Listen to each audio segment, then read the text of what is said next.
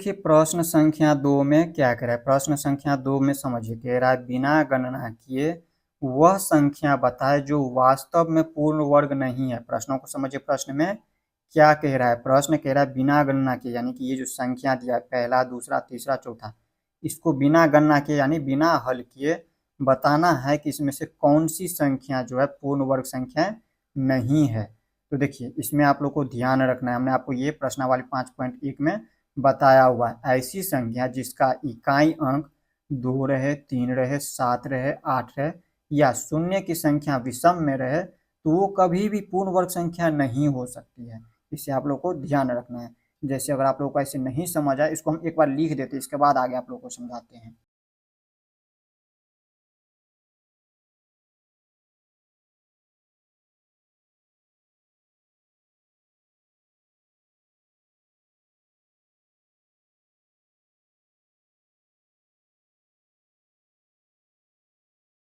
तो यहाँ पर देखिए हमने लिखा है ऐसी संख्या जिसका इकाई अंक 2 रहे, 3 रहे, 7 रहे या एवं 8 रहे और शून्य की संख्या विषम में यानी कि शून्य अगर एक बार रहे, 3 बार रहे, 5 बार रहे, 7 बार रहे तो वो कभी भी पूर्ण वर्ग संख्याएं नहीं हो सकती है। जैसे देखिए इसमें 3 है इकाई के स्थान पे, तो 3 रहे तो वो हमारा पूर्ण वर्ग संख्या नहीं हो सकती है।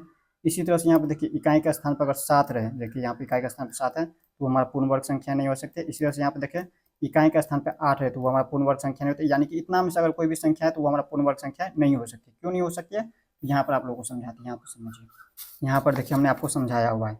यहाँ पर देखिए जैसे 1 का वर्ग किए हैं तो 1 प्राप्त हुआ है, 2 का वर्ग किए हैं तो 4 प्राप्त हुआ है, 3 का वर्ग किए हैं तो 9 प्राप्त हुआ है, 4 का वर्ग 16, 5 का वर्ग 25, 6 का वर्ग 36, 7 का वर्ग 49, 8 का वर्ग 64, 9 का वर्ग 81 और 10 का वर्ग 100। तो कहीं भी देखिए तो यहाँ पे इकाई के स्थान पे 2 नहीं है इसमें।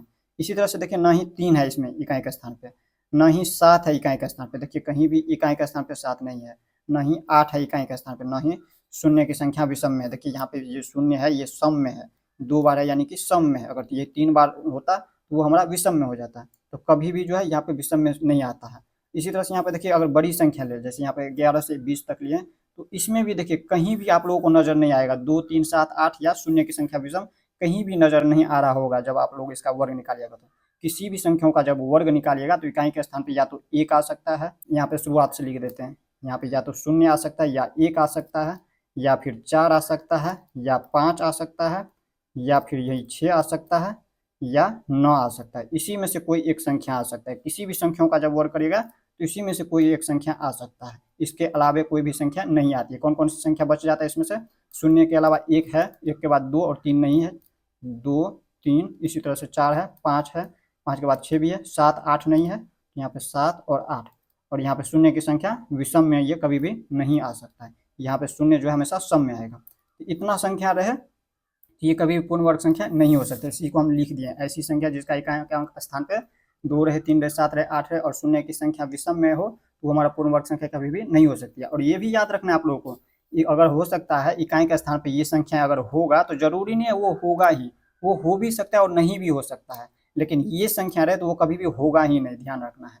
जैसे अगर देखिए अगर आप लोगों को कहे 11 ये किसी का वर्ग है कि नहीं, तो ये किसी का भी वर्ग नहीं होता, 11 किसी का वर्ग है ही नहीं, तो यहाँ पर ध्यान रखना है। इसी तरह से अगर कह दे 64 तो 64 ये वर्ग है, 8 का वर्ग है ये 64, जैसे यहाँ पे देखिए 64 जो है 8 का वर्ग है, बट यहाँ पे 11 किसी का भी वर्ग नहीं है।